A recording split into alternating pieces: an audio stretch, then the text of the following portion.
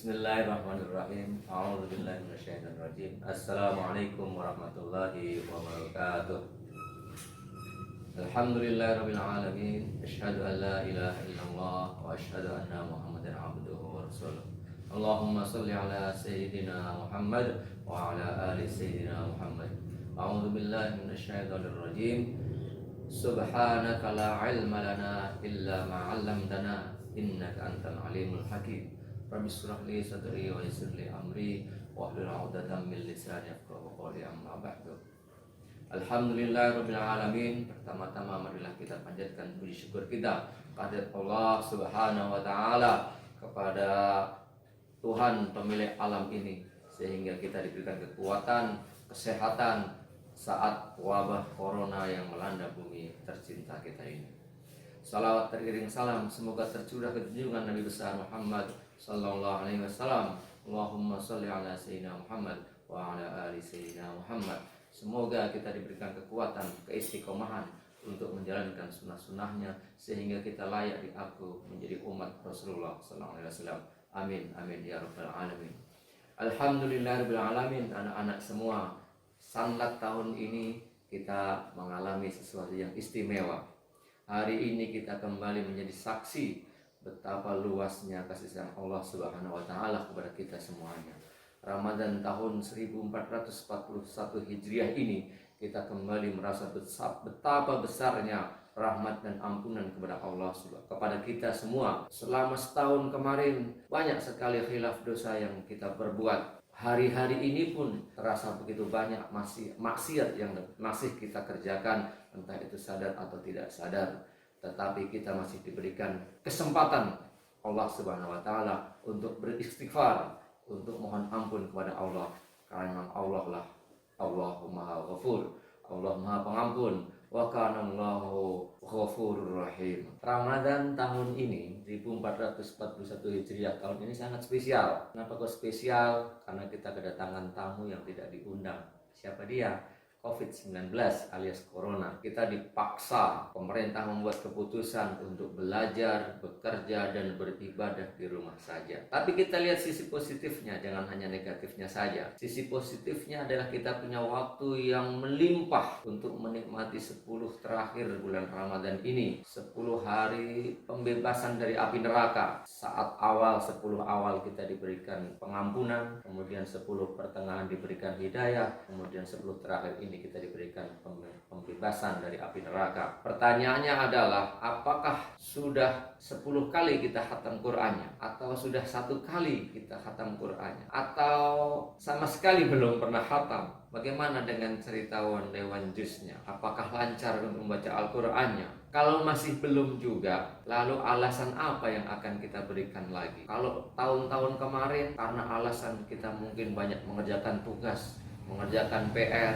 buka puasa bersama dengan grup A, puasa bersama dengan grup B, dan seterusnya kemana-mana, sehingga saat kita sampai di rumah sudah lelah, sudah capek, untuk membaca Al-Qur'annya sudah tidak sempat lagi. Tapi sekarang kita dikasih waktu, dipaksa untuk berada di rumah, stay at home, agar kita bisa mengkaji Al-Qur'an. Kita tahu semuanya bahwasanya Al-Qur'an itu adalah turun yang dikenal dengan peristiwa Nuzulul Quran. Gerakan membaca Al-Qur'an harus kita tumbuhkan awali dari diri kita. Ajak keluarga kita untuk selalu rajin membaca Al-Qur'an, karena Al-Qur'an inilah nanti yang akan menemani kita di saat kita berada di tempat yang paling sepi, tempat yang paling sempit, saat kita berada di dalam kubur. Maka Al-Qur'an inilah yang akan memberikan syafaat kepada kita, yang akan menemani amal-amal kita saat membaca Al-Qur'an, sehingga kita layaknya orang yang sedang mimpi indah tertidur di malam hari saat kita berada dalam kubur, itu karena syafaat dari Al-Qur'anul Karim. Apakah membaca Al-Qur'an hanya sebatas dengan mengeja huruf demi huruf, kalam demi kalam? Tentunya tidak, akan tetapi membaca itu harus dengan menggunakan semua panca indera kita, menggali informasi, mengumpulkan informasi, menerapkan Al-Qur'an sebagai pedoman hidup kita. Kemudian Al-Qur'an itu harus dijadikan sebagai petunjuk, tidak hanya untuk orang-orang yang manusia secara umumnya, muslim maupun non-muslim, tapi Al-Quran ini juga dijadikan sebagai petunjuk kepada kita-kita yang mengakui bahwasanya kita adalah orang Islam alias kita orang Muslim, maka kita harus benar-benar mempercayainya, harus menjadi orang yang mukmin, percaya bahwasanya Al-Quran itu adalah mukjizat Allah yang diberikan kepada Nabi Muhammad SAW. Kita tahu, Iqra bismi rabbikal ladzi khalaq, khalaqal insana min 'alaq. Itu adalah awal turunnya Al-Quran. Ayat yang diturunkan pertama itu adalah surat Al-Alaq. Bacalah dengan menyebut nama Tuhanmu yang menciptakan. Dia telah menciptakan manusia dari segumpal darah. Ini adalah tanda-tanda ayat-ayat yang diberikan oleh Allah, tidak hanya dalam Al-Quran saja, tapi dalam penciptaan alam semesta ini. Seperti di dalam surat Al-Jasiyah, Inna fis samawati wal ardi la ayatil mu'minin. Sungguh pada langit dan bumi benar-benar terdapat tanda-tanda kebesaran Allah bagi orang-orang yang mukmin. Dilanjutkan dengan wa fi khalqikum wa ma yabussu min dabbatin ayatul liqaumi yuqinun. Dan pada penciptaan dirimu manusia dan pada makhluk bergerak yang bernyawa, yang bertebaran di bumi terdapat tanda-tanda kebesaran Allah untuk kaum yang meyakininya. Kita sebagai orang Islam wajib untuk meyakini karena Al-Quran itu adalah salah satu 6 dari rukun iman Islam. Penciptaan kita manusia itu semua juga telah dibahas lengkap dalam Al-Quran. Dalam surat Al-Alaq tadi itu sudah dijelaskan. Mulai dari pertemuan sperma dengan sel telur berubah menjadi segumpal darah, kemudian disimpan di tempat yang kokoh, yakni di rahim ibu kita. Selama 9 bulan 10 hari kita menumpang hidup kita di rahim ibu kita. Kemudian kita dilahirkan dalam keadaan badan yang lengkap, sempurna, semua berfungsi sesuai dengan kegunaannya masing-masing. Lalu apakah nikmat ini akan kita sia-siakan? Ataukah kita juga malah akan sebaliknya, merusaknya? Banyak sekarang wanita-wanita yang ingin dikatakan gaul, kemudian alisnya dikerok, kemudian dicoret-coret pakai pensil, katanya biar gaul. Wah, anak zaman now. Kemudian anak laki-lakinya pun tidak mau kalah gaul juga. Ditato, dilukain dulu, kemudian digambar, dikasih warna, gambar elang. Saat muda iya kelihatan elang, tapi saat kalian nanti bengek, saat kalian nanti tua, badan keriput, tulang tinggal dibalit sama kulit, maka bukan lagi menjadi elang, tapi justru berubah menjadi afrit. Lupakah kita akan firman Allah Subhanahu wa taala dalam surat Yasin? A'udzubillahi minasyaitonir rajim. Al-yawma nakhtimu ala afwahihim wa tukallimuna aydihim wa tashhadu arjuluhum bima kanu yaksibun. Pada hari ini kami tutup mulut mereka, tangan mereka akan berkata kepada kami, dan kaki mereka akan memberikan kesaksian terhadap apa yang dahulu mereka kerjakan. Salah satu rumus muslim adalah saat diberikan kenikmatan, kebaikan, maka harus bersyukur. Sebaliknya, saat diberikan musibah, maka harus sabar. Saat kita diberikan anggota tubuh yang lengkap, berfungsi normal, akankah kita merusaknya? Pasti kita jawabnya tidak. Lalu bagaimana kita harus mensyukuri penciptaan tubuh kita ini yang sangat sempurna ini? Tentunya kita harus memastikan tubuh kembang kita ini harus benar-benar maksimal, optimal. Harus kita berikan asupan-asupan yang berasal dari perkara-perkara yang halal, jauh dari yang haram. Kenapa? Karena kalau ada tetes yang masuk perkara haram ke dalam tubuh kita, maka itu akan dicerna, akan diserap oleh darah, diedarkan ke seluruh tubuh, kemudian itu akan ujung-ujungnya adalah membuat hati kita menjadi keras, susah untuk mendapatkan hidayah. Na'udzubillahi min dzalik. Bagaimana agar pertumbuhan dan perkembangan tubuh kita menjadi optimal? Pastinya kita sebagai makhluk hidup, sesuai dengan ciri-ciri makhluk hidup di pelajaran dulu kelas 7, maka kita harus membutuhkan makanan, bernafas, beraktivitas, kemudian kita menghasilkan keturunan dan seterusnya dan seterusnya. Agar kita menghasilkan pertumbuhan yang optimal, maka kita juga harus mendapatkan asupan makanan yang sehat dan seimbang. Seperti saat kita sedang puasa 10 hari terakhir ini, saat lemas, pasti kita sudah membayangkan, nanti kalau buka, nanti saya akan menghidangkan di dalam meja makan es teh manis, es buah, kolak pakai es, gorengan, bakso, dan segala macam karena kita lapar mata. Atau mungkin juga karena pasang iklan yang sangat banyak di TV, pakai bukanya pakai yang manis-manis. Bayangkan saat tubuh kita dalam keadaan kosong, perut kosong, kemudian tiba-tiba semua makanan tadi itu dimasukkan dalam perut kita. Apa kira-kira tidak shock alat-alat pencernaan kita? Apa yang kalian ingat tentang organ-organ pencernaan? Nah, dulu di pelajaran kelas 8 ada namanya sistem pencernaan makanan. Dalamnya ada organ-organ pencernaan. Masih ingat aja kamu? Apa itu? Ya, ada mulut, kemudian kerongkongan, lambung, usus halus, usus besar, dan terakhir anus. Nah, semua organ-organ pencernaan makanan tadi itu saling bekerja sama untuk memproses mulai dari makanan masuk ke dalam mulut, kemudian masuk ke dalam kerongkongan, lambung, kemudian usus halus diserap sari-sari makanannya, kemudian masuk dalam usus besar, diambil airnya segala macamnya, kemudian akan keluar lewat anus dalam berupa feses. Itu mereka saling bekerja sama. Nah, sekarang coba mari kita praktekkan bersama-sama. Makanan yang kita masukkan dalam mulut kita, misalnya nih es dingin, air es dingin kita campur dengan gorengan, tapi karena tidak ada gorengan bolehlah minyaknya saja kita campur. Apa yang akan terjadi? Itulah nanti yang akan kita lihat di dalam lambung kita, di dalam usus-usus kita. Nah, sekarang kita akan coba praktekkan apa yang akan terjadi pada dalam tubuh kita saat kita mengkonsumsi air dingin, es yang kelihatannya segar sekali ditambah dengan makanan gorengan. Tapi karena gorengannya tidak ada, jadi Pak Isna ambil minyaknya saja ya. Ini saya sediakan sebuah gelas air dingin yang diisi dengan es batu, kemudian saya masukkan minyak sayur, ibarat hasil dari saat kita makan gorengan, macam-macam yang kita makan saat berbuka, kemudian diaduk. Kita amati apa yang akan terjadi. Pasti kalian akan mempunyai persepsi atau mempunyai perkiraan air kalau dicampur minyak kira-kira akan bagaimana. Oh, tidak bisa menyatu, Pak.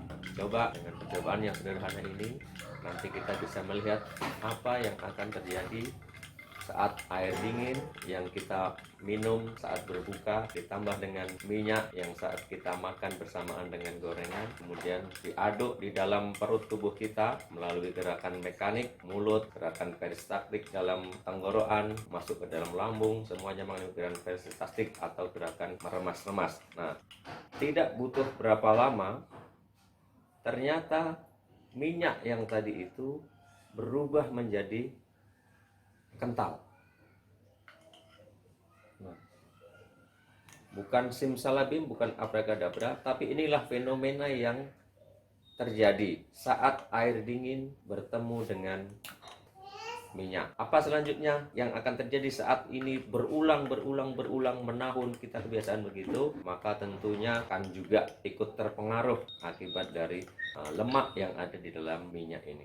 Ini contoh percobaan sederhana yang menunjukkan bahayanya kalau kita mengkonsumsi air dingin sertai dengan minyak goreng. Terima kasih. Ternyata mengerikan kan, bagaimana minyak yang kita gabungkan dengan air es itu akan menjadi gumpalan yang mengerikan. Tapi prakteknya jangan khawatir, karena saat makanan tadi itu masuk ke dalam tubuh kita, itu rasa dingin itu hanya akan lewat saat di tenggorokan saja.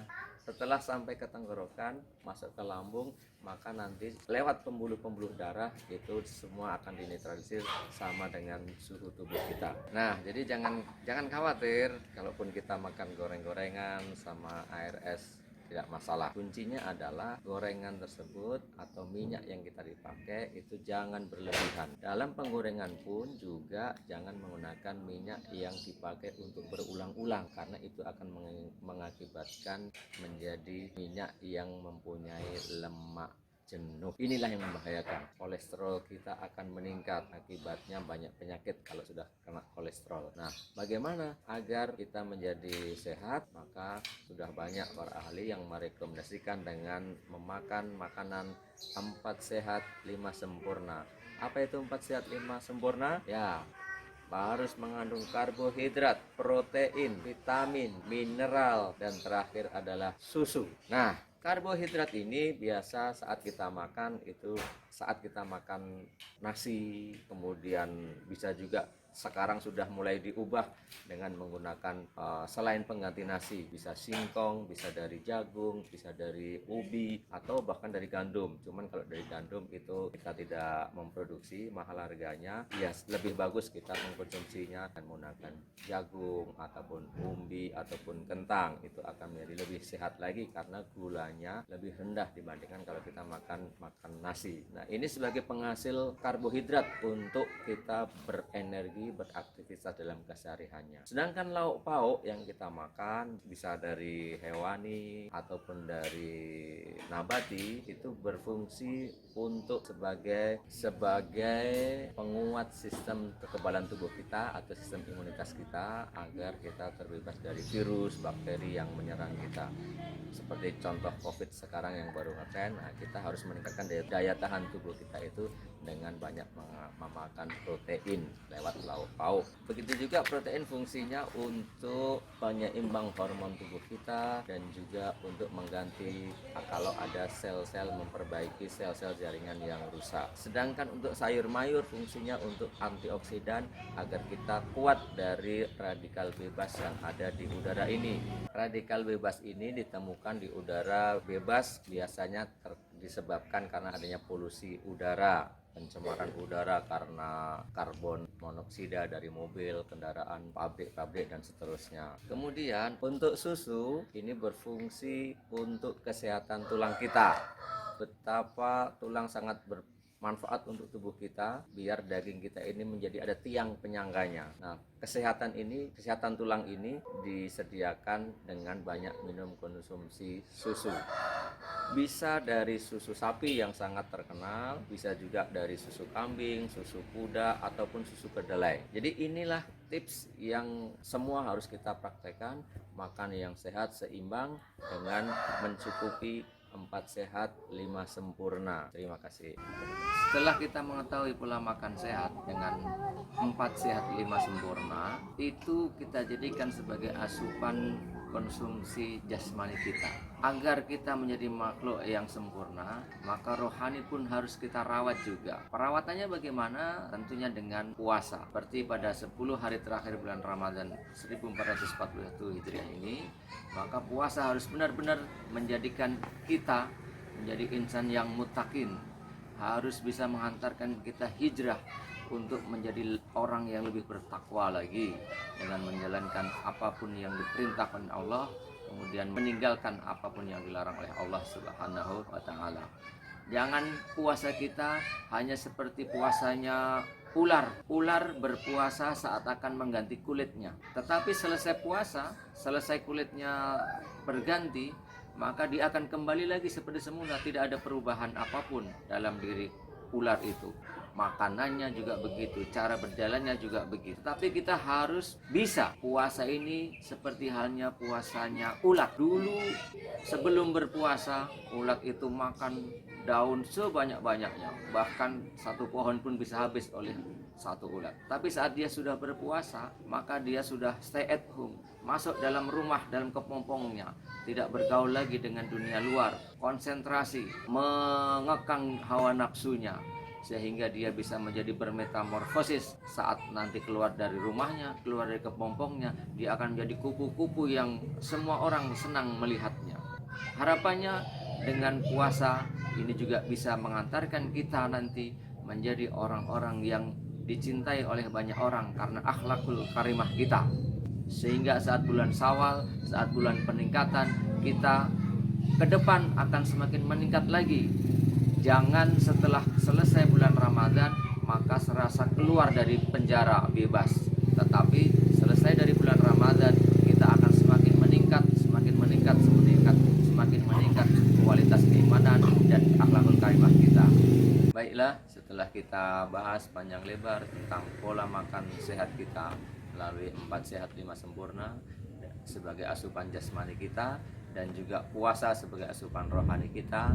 Maka di ujung pertemuan kita ini, semoga kita bisa menjadi orang yang bermanfaat untuk agama Allah, agama Islam, dan juga bermanfaat bagi negara kesatuan Republik Indonesia tercinta, dan juga utamanya kita bisa bermanfaat untuk sesama semua manusia termasuk alam ini.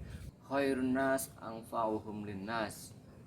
Amin ya rabbal alamin. Mohon maaf atas segala khilaf dan dosa. Assalamualaikum warahmatullahi wabarakatuh.